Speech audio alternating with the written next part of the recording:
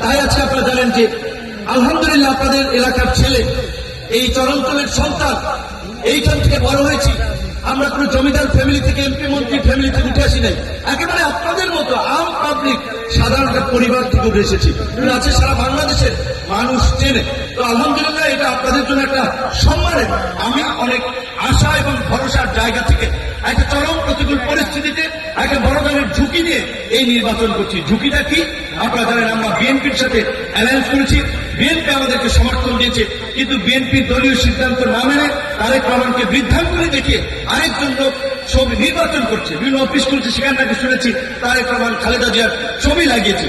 এইটা বিএনপির নেতৃবৃন্দ তারা এটা ভেবে দেখবে যে তারা কিভাবে সেটা প্রতিরোধ করবে, কারণ দল থেকে বহিষ্কৃত পদ নাই নাই সেতু দলের পরিচয় ব্যবহার করতে পারে না। বিএনপি তো অফিসিয়ালি গণঅধিকার পরিষদকে আমাদেরকে আসলে সমর্থন দিয়েছে।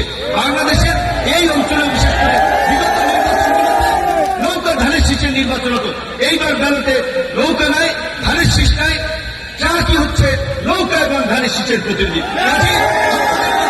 অনুরোধ থাকবে যে এলাকার সন্তান হিসেবে যে এই স্বপ্ন বাস্তবায়ন করার জন্য, এলাকার উন্নয়ন করার জন্য আজকে সারা বাংলা